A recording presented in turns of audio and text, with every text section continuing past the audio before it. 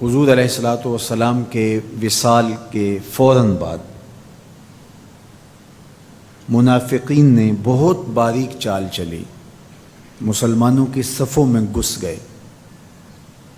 بظاہر لبادے ان کے مسلمانوں والے تھے، تو انہوں نے مسلمانوں سے کہنا شروع کر دیا، لو جی کہانی ختم ہو گئی، ساری رونقیں حضور کے دم سے تھیں، نمازیں تھیں، روزے تھے، لوگ اپنے اموال کی زکوٰۃ دیا کرتے تھے، حج کا اجتماع تھا، یہ سب کچھ ختم ہو جائے گا۔ اب کون مال خرچ کرے گا؟ کس نے جان راہ خدا میں قربان کرنی ہے؟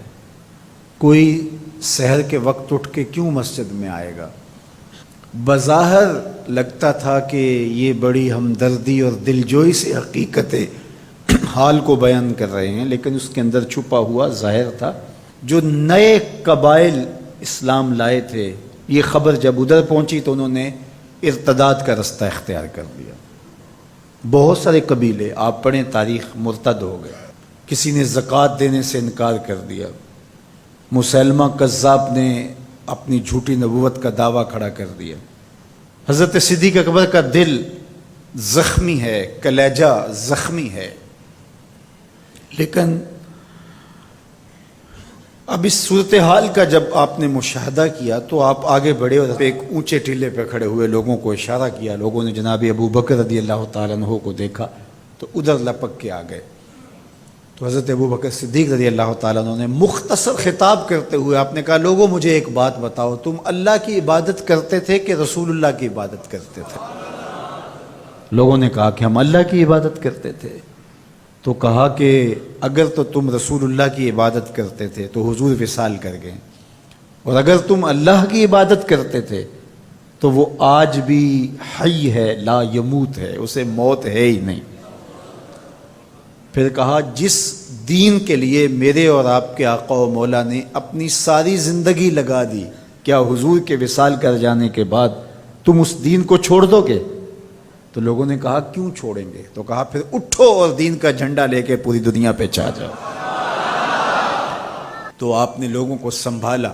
تو حضرت عبداللہ ابن مسعود رضی اللہ تعالیٰ عنہ فرماتے ہیں کہ اگر حضرت ابو بکر رضی اللہ تعالیٰ عنہ کے ذریعے سے اللہ ہمارے اوپر احسان نہ کرتا تو ہم ہلاک ہو جاتے۔ اس امت کو بکھرنے سے بچایا ہے، شیرازہ متحد رکھا ہے، تو وہ ذات سیدنا صدیق اکبر رضی اللہ تعالیٰ عنہ۔ اور حضور یہ سارے اشارے دے کر گئے تھے۔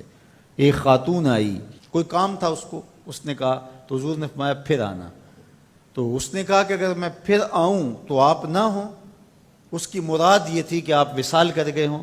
تو آقا کریم علیہ السلام نے فرمایا، اگر میں نہ ہوا ابو بکر تو ہوں گے، میں نہ ہوا تو ابو بکر کے پاس آ جانا۔ اللہ اکبر۔ حضور نے حضرت ابو بکر رضی اللہ تعالیٰ عنہ کو اپنی زندگی میں مصلی پہ کھڑا کیا۔ ترمذی کے لفظ ہیں، حضور نے ارشاد فرمایا، لا ینبغی لقوم فیہم ابو بکر ان یؤمہم غیرہ، کسی قوم کے لیے مناسب ہی نہیں ہے کہ ابو بکر ان کے اندر رہتا ہو اور امامت کوئی اور کروائے۔ مروا ابا بکر فلیصلی بالناس، ابو بکر کو حکم دو کہ وہ لوگوں کو نماز پڑھائے۔ اور پھر مصلی پہ جا کے حضرت ابو بکر کھڑے ہوئے۔ 17 نمازیں حضور علیہ الصلوۃ والسلام کی حیات طیبہ کے اندر حضرت ابو بکر نے پڑھائی ہیں۔ اللہ اکبر۔ فرمایا، ما نفعنی مال احد قط ما نفعنی مال ابی بکر، مجھے کسی کے مال نے اتنا نفع نہیں دیا جتنا ابو بکر کے مال نے دیا۔ اللہ کے علاوہ اگر میں کسی کو خلیل بناتا تو ابو بکر کو بناتا، لیکن اللہ میرا خلیل ہے، جنہیں سیدہ کہول اہل الجنہ کہا گیا، جنت کے بوڑھوں کے سردار بنائے گئے۔ حضور نبی رحمت صلی اللہ علیہ وآلہ وسلم کی نیابت اور حضور علیہ الصلوۃ والسلام کی خلافت کا تاج ان کے سر پہ رکھا گیا، جن کی صحابیت کو میرے رب نے قرآن میں بیان فرمایا، اذ یقول لصاحبہ لا تحزن ان اللہ معنا۔ جب غار ثور میں حضور علیہ الصلوۃ والسلام سیدنا ابو بکر رضی اللہ تعالیٰ عنہ کی گود میں سر رکھ کے لیٹے ہوئے تھے، سانپ ایڑی پہ ڈنگ کے ڈنگ لگا رہا ہے اور آپ اپنی ٹانگ کو جنبش نہیں ہونے دیتے۔ آنکھوں کا حلقہ توڑ کے آنسو حضور کے رخسار پہ گرتے ہیں، اور آقا کریم بیدار ہوتے ہیں اور بیدار ہو کے پوچھتے ہیں مالا کا یا ابا بکر، ابو بکر کیا ہوا؟ ادب کے اس کرینے کو جناب سیدنا صدیق اکبر نہیں بھولتے، کہتے ہیں فدا کا امی و ابی یا رسول اللہ، لو دیکھ تو حضور میری ماں بھی آپ کے قدموں پہ قربان جائے، میرا باپ بھی آپ کی راہوں پہ نچھاور، میرا قبیلہ میرا خاندان آپ کے قدموں پہ قربان، مجھے سانپ نے ڈس لیا ہے۔ تو محبت کا یہ اسلوب اور الفت کا یہ طریق آپ کو یہاں ملے گا کہ انداز الفت نہیں چھوڑتے۔ تو سانپ کا کام تو ڈسنا ہے، چاہے وہ غار میں ڈسے یا اسلام آباد میں بیٹھ کے ڈنگ لگائے، وہ تو ڈستا رہے گا، لیکن ابو بکر حضور کی محبت کے ترانے پڑھتا رہے گا۔ سیدنا صدیق اکبر کی سب سے بڑی آرزو جب پوچھی گئی تو وہ یہی تھی کہ آنکھیں میری ہوں، چہرہ حضور کا ہو، نہ چہرہ ہٹے نہ آنکھیں تھکیں، دیکھتا رہوں اور دیکھتا رہوں۔ اس واقعہ کی حکایت قرآن نے بیان کی ہے۔ اذ یقول لصاحبہ، صحابی کا ٹائٹل قرآن نے حضرت سیدنا صدیق اکبر کے نام کیا ہے، اس لیے حضرت سیدنا صدیق اکبر کی صحابیت کا انکار کفر ہے۔ جو حضرت صدیق اکبر کو کافر کہتا ہے وہ خود کافر ہے، اس لیے کہ ان کا ایمان، ان کا اسلام اور ان کی صحابیت قرآن کی قطعی نص سے ثابت ہے اور ان لفظوں کے ساتھ ثابت ہے۔ اذ یقول لصاحبہ لا تحزن، کہا گھبرانے کی ضرورت نہیں، ان اللہ معنا، اللہ ہمارے ساتھ ہے، اللہ ہمارے ساتھ ہے۔ اور پھر کہا وَالثَّانِي اثْنَيْنِ اذ هُمَا فِي الْغَارِ، دو میں سے دوسرا، اللہ اکبر، اللہ نے دو میں سے دوسرا کہا ہے، یہ شان ہے سیدنا صدیق اکبر کی، جو ثانی اثنین ہیں غار میں۔ اللہ اکبر، یار کہتے ہیں حضور کا سایہ نہیں تھا، لیکن جناب ابو بکر سائے کی طرح حضور کے ساتھ رہے، قبر کے بھی ساتھی، بدر کے بھی ساتھی، سفر کے بھی ساتھی، حضر کے بھی ساتھی۔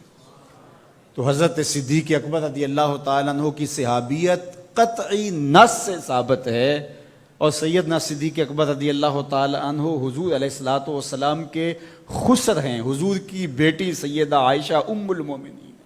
حضرت سیدنا صدیق اکبر رضی اللہ تعالیٰ عنہ کا دایاں ہاتھ حضور نے اپنے ہاتھ میں پکڑا ہے اور بایاں حضرت عمر کا ہاتھ پکڑا ہے، اور حضور ایسے مسجد نبی سے باہر نکل رہے ہیں اور کوئی شخص داخل ہوا تو فرمایا قیامت کے دن ہم ایسے ہی اٹھائے جائیں گے، دائیں ہاتھ میں ابو بکر کا ہاتھ ہوگا، بائیں ہاتھ میں عمر کا ہاتھ ہوگا۔ اللہ اکبر، یہ ہیں حضرت ابو بکر رضی اللہ تعالیٰ، جو بدبخت سیدنا صدیق اکبر رضی اللہ تعالیٰ عنہ کے ایمان پہ شک بھی کرے وہ مومن نہیں رہتا۔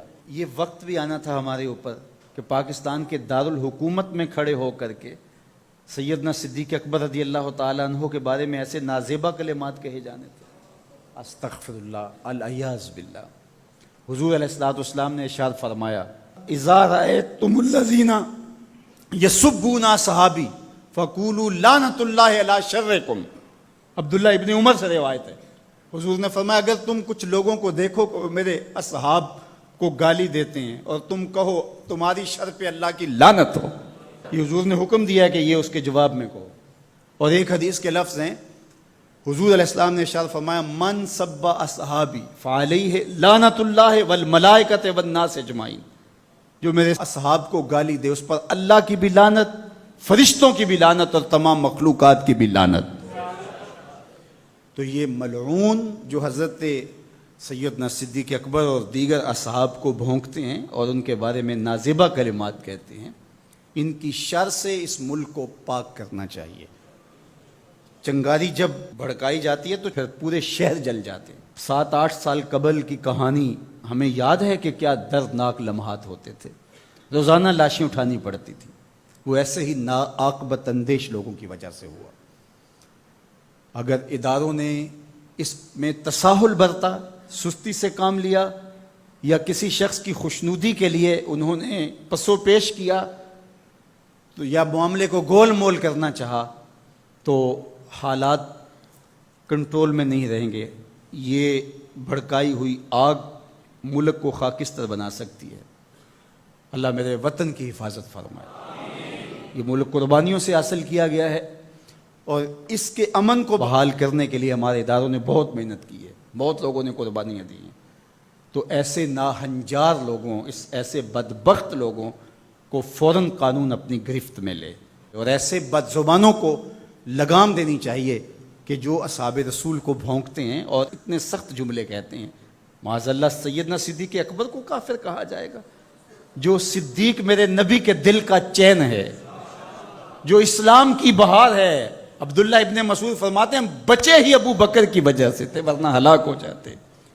جس ابو بکر رضی اللہ تعالیٰ عنہ کو حضور نے مصلی پہ کھڑا کیا، جس ابو بکر رضی اللہ تعالیٰ عنہ پہ اتنا اعتماد تھا کہ ہجرت والی رات ان کا انتخاب کیا، حضرت سیدنا عمر رضی اللہ تعالیٰ عنہ نے حضرت ابو بکر رضی اللہ تعالیٰ عنہ کا ذکر کیا اور رو پڑے اور کہا کہ ابو بکر میری زندگی کی ساری نیکیاں لے لے اور غار والی ایک نیکی مجھے دے دے۔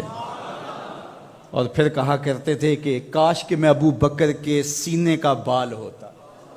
ابن جوزی نے لکھا ہے کہ ہمارے بزرگ اور اسلاف جو تھے وہ ابو بکر و عمر رضی اللہ تعالی عنہما کی محبت اپنی اولاد کو یوں سکھایا کرتے تھے جیسے قرآن کی آیتیں سکھائی جاتی۔ ان کی محبت اولادوں کے سینوں میں راسخ کیا کرتے تھے۔ معمولی سی میل بھی سیدنا صدیق اکبر کے بارے میں برباد کر دیتی ہے۔ اللہ کے نبی کا ہر صحابی با کمال ہے، لیکن ابو بکر ہے۔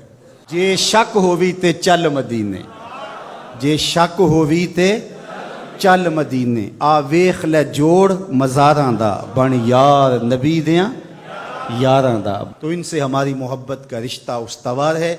تو جس شخص نے بھی یہ جملہ کہا ہم اس کی مذمت کرتے ہیں۔